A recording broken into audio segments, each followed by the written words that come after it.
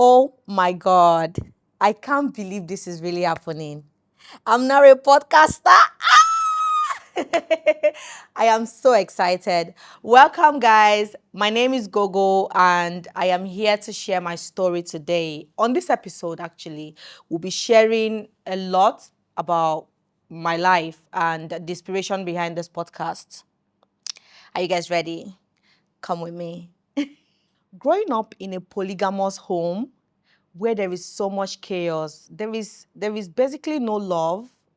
That at least I can say that is what I felt like, because everybody is looking for attention, everybody is competing to be the favorite, and it was a lot. It was a lot of chaos here and there.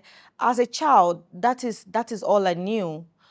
And luckily for me, there came a time where I had the opportunity to go stay with my sister, with my elder sister, and thinking that, now that I've escaped it all to go stay with my sister, things are going to be much better. Not to my greatest surprise, it was another nightmare from my in-law that was very, very abusive, to my sister that she doesn't even consider anything I say. But looking at it now, I know she didn't know better. I know she didn't know better. But then all she knew was beating and being locked out of the house. That is the only thing she feels like is a way to train up a child. It was a nightmare. There were some times where I would be locked out of the house. I'll be beaten for little things like not fetching water complete. Maybe, for instance, they asked me to fetch like five buckets or 5 paint rubber of water, and I fetch four. Or maybe I fetch four and the five, but going back to the fifth one, maybe there's so much queue. If you live in an environment where I grew up from, you will know how long the queue is in the mornings, in the afternoon after school. You will know how long it is. And this is not a well-developed environment. So we had to queue. There's a very long queue. So going back to fetch water and coming back, it's always, oh, where did you go to? You did not go to fetch water. It's always chaos. And when I speak to my sister about it, she doesn't really understand. I'll be beaten up. There are so many injuries, like injuries in my body that I sustained from that particular environment. So many people don't know how other people came to be. So I feel like instead of judging and criticizing others, you can get to know what someone has gone through. So in that environment where I went through all those things with my sister and the husband, I was exposed to a lot of things that I wasn't supposed to at that time. And I could remember when I got pregnant, I didn't know I was pregnant. I didn't know I was pregnant for 5 months. I know this might sound crazy because I didn't get a proper education about how you see your period, how things are supposed to be. So when I didn't see my period, I just felt like, okay, maybe it's a normal thing. For that 5 months, I was normal. Like, my tummy wasn't big, nothing. So how did my sister even find out? It was because she wanted me to leave. So me leaving, I had to go and work. So where I went to work, it was a house help job. That time they were like, okay, I have to travel back. I have to go back to my parents and whatnot. Like, it was just a messy, chaotic thing. So I went to work, and when I was working, I found that I was sleeping a lot. The lady I was working for, she found me sleeping like a couple of times, and she was like, Gogo, this is not how you used to be. You used to be very active. You used to do things at the right time. What happened? And she took me to run the test. When we went to run the test, and they found out I was 5 months pregnant, guys. I was 5 months pregnant. So when I got back, she was asking me what I want to do. I didn't know what can I say at that point in time. I didn't know what to even say. I told her I want to go. She now said, okay, fine. Then I went back to my sister and I told her that I was pregnant. I showed her the result. And when I showed her the result, of course she was disappointed. She was disappointed and she was really, really hurt. And the only person that I felt like never for one day made me feel like, oh, I know she might be feeling disappointed in her heart, but my mom never for one day made me feel like, oh, you did something. Da, da, da. No, she was. From the very first day I went back home, she asked me how I was doing. She was very caring, which was to my greatest surprise, because trust me, my mom is not, she's not cool. When I say cool, she's not all those soft spoken, calm. No, she is not. She's the kind of person that will stone you with a broom. I know that's crazy, but my mom, she handled it so well. She welcomed me. She told me not to worry, that I'll be fine. Like, I was, she gave me the strength I didn't even know I needed. I'm sure I didn't been there was a way she reacted differently that would have really affected my pregnancy. But the way she took me in, the way she cared for me, that made a whole lot of things easy. So I don't want anybody walking around thinking, oh, that they are too far gone in sin or too far gone in their mistakes for them not to turn back to Christ, or for Christ not to find them. Because if Christ can clean me up, if Christ can clean me up like this, I am 100% sure you can bank on him too, because he can clean you up nicely too.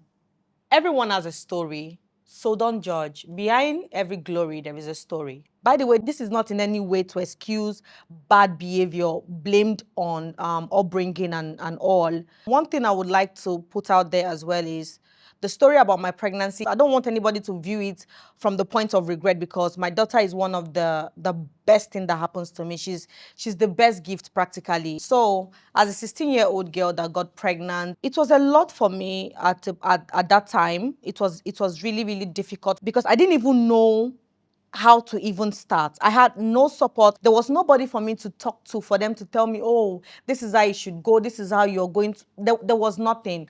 So my mom was very helpful. She did all she could.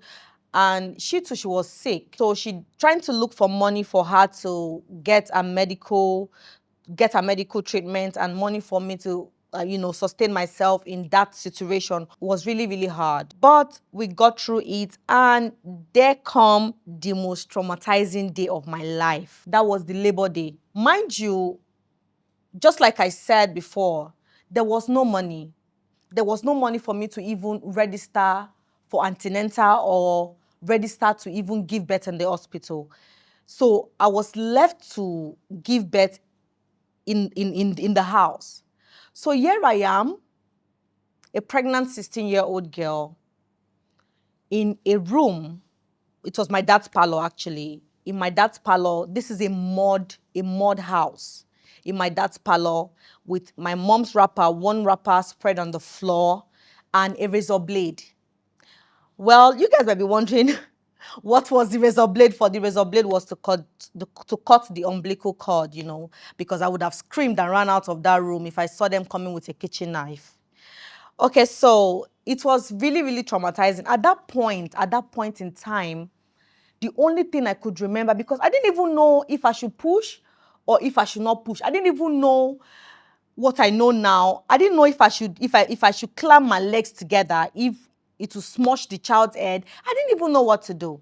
But I had the assistance of my mom and my stepmom. They were present in the room. So the only thing my mom told me that stuck with me was, whenever you feel like pooping, that is the time for you to push. As an African mom, I mean, that is all she knew as well. So when it got to the time for me to push, the pain was, there was no pain relief. There was nothing to relieve the pain. I felt every single bit of childbirth. And for a moment, I was just praying, God, please help me.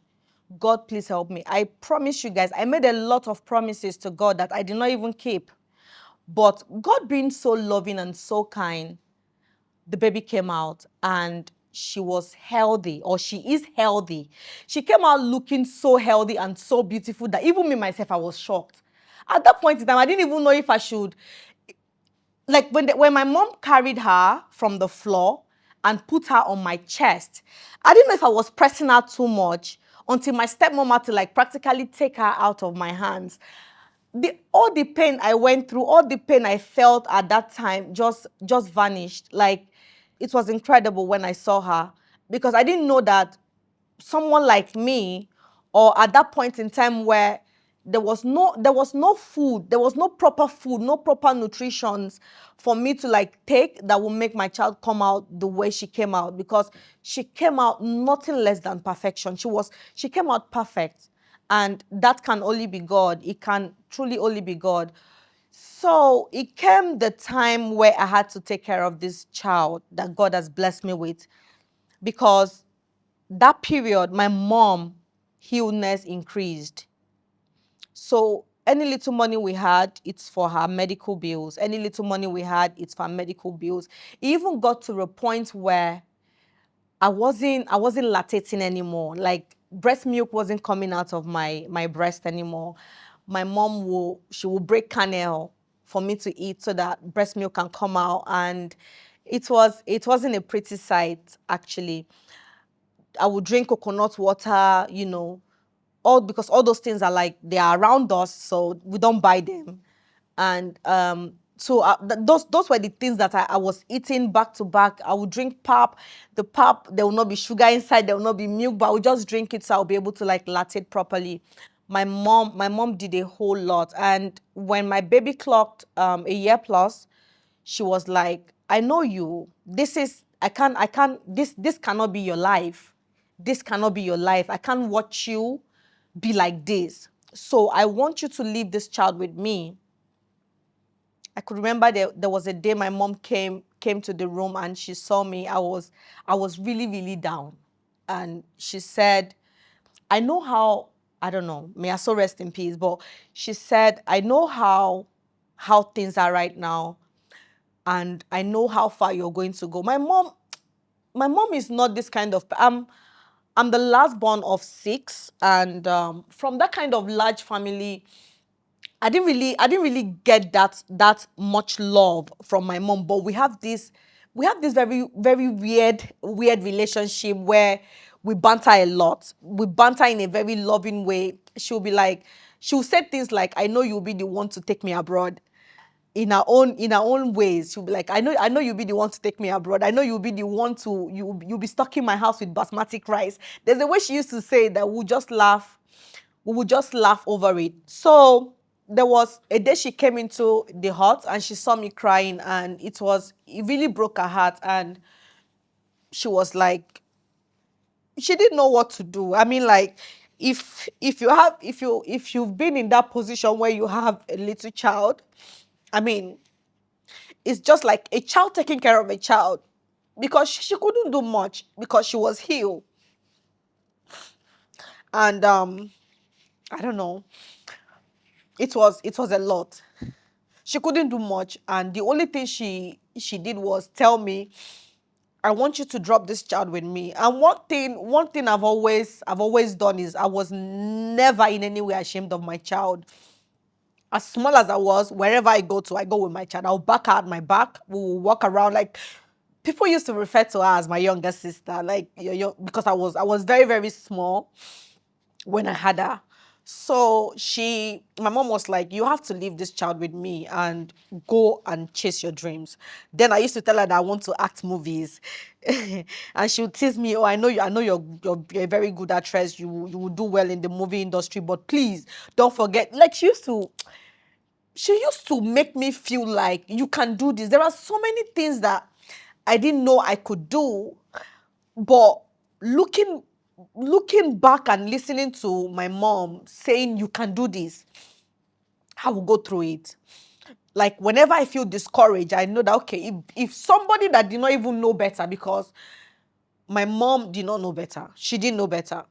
If somebody that did not know better could see a good future, could paint a good picture for me and say, you're going to go far. You'll be the one to take me abroad. You'll be the one to stock up my home with basmati rice. Because, I mean, from a middle class family like mine, basmati rice, we eat it only during Christmas. So it was really, really chaotic at that point in time. But my mom encouragement blew my mind. So when she asked me to leave my baby with her, I left my child with her, knowing fully well that my child was going to be in good care. And this woman made sure she did everything she could. She did every single thing she could. Sometimes when I moved, when I started looking for jobs, I looked for job. I mean, as a 16-year-old girl that did not even finish SSCE, what kind of job will I get? I resorted to doing maid jobs like house helps, waitress, like majority of the people that I did house help for, I can still go back to their house today and we are very, very okay. Like they still regard me as, oh, this person worked with me and she was very good. So I'll work I will do all those jobs and I will send my mom money. The little money I had, I will send to her. The little money I had, I will send to her. That was what she was using to like sustain my child. Oh Lord. So this podcast is to encourage someone out there that no matter what you go through, no matter what you go through, no matter how many mistakes you feel like you've done, or no matter how you've misstepped and you feel like, oh, you can't find your way through Christ, you can still do that. You can still do that. He's just waiting for you to like tell him to help you. He's waiting. So imagine a 16-year-old girl that went through all that. I went through the most difficult times of my life. Not have anyone to talk to, like doing things I'm not supposed to do at that age, that resulted to me getting pregnant. And to what you can see right now, it can only be God. It can honestly only be God. So there is nothing you have done that should make you feel like God cannot clean you up. That is why this podcast is here, for us to encourage each other, share our experiences with each other. We'll be hosting amazing guests who will come and share their experiences with us. I'll be leaving you with this amazing Bible verse, Matthew 6:33, which says, "Seek first the kingdom of God and his righteousness, and every other thing will be added unto you." I mean, without looking for the help, you won't get it. Don't try to do it by yourself. Don't try to feel like you are not good enough or you're not there yet. Just seek first his kingdom. Let him sort out every other thing.